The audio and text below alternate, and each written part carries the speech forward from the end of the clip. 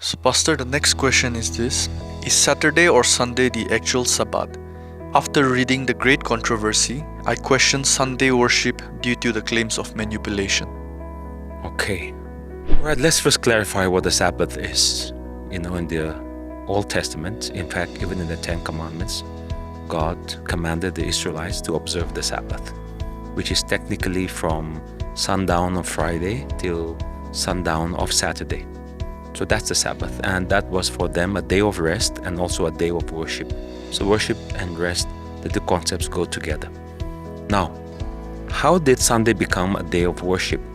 The early church chose Sunday as a day of worship because that was the day that Jesus resurrected. So they began to call it the Lord's Day, and it was a day they worshipped Him in the new life of Christianity, right? So we see in the Bible, Acts 20, verse 7, that the church on the first day of the week met to break bread.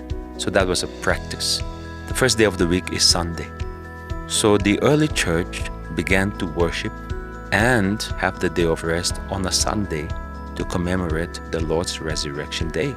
So the practice of shifting the day of worship to Sunday was an established practice from the early church. Which is the true Sabbath? The true Sabbath is Jesus Christ. It is not Saturday, nor is it Sunday. The word Sabbath means rest.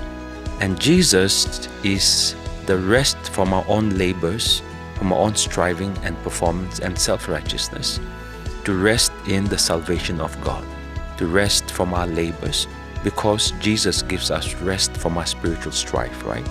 So the true rest is Jesus. Now, whether you worship on a Sunday, whether you worship on a Saturday, is not going to make you more righteous or less righteous. And it should not be a huge controversy in the church, because some denominations teach that Sunday worshippers will go to hell, only Saturday worshippers are the true believers. That is absolute nonsense. There is no scriptural basis for that. Salvation is based on our faith in Christ. It is not on which day you worship, so we should not get needlessly dragged into such useless controversies and get our faith all confused.